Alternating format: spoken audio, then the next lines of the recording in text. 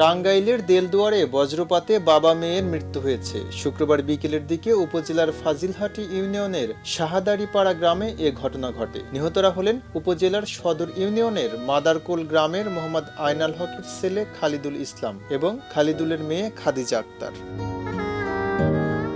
পারিবারিক সূত্রে জানা যায়, শুক্রবার খালিদুল স্ত্রী ও মেয়েকে নিয়ে শ্বশুরবাড়ি ফাজিলহাটি ইউনিয়নের পুটিয়াজানি গ্রামে যান। দুপুরে পার্শ্ববর্তী গ্রামে দাওয়াত খাওয়ার উদ্দেশ্যে যাত্রাপথে শাহাদারীপাড়া নামক স্থানে পৌঁছলে অটোরিকশা থেকে নামার সময় বজ্রপাত হয়। এ সময় তার পকেটে অ্যান্ড্রয়েড মোবাইল সেট ছিল। মোবাইল সেটটি পুড়ে বিনষ্ট হয়ে যায়। সেই সঙ্গে খালিদুলের পরিবার ও এলাকায় গভীর শোকের ছায়া নেমে এসেছে। এছাড়া একই সময় সদর ইউনিয়নের জাঙ্গালিয়া গ্রামের আসফ খানের দুটি গরুও বজ্রপাতে মারা যায়।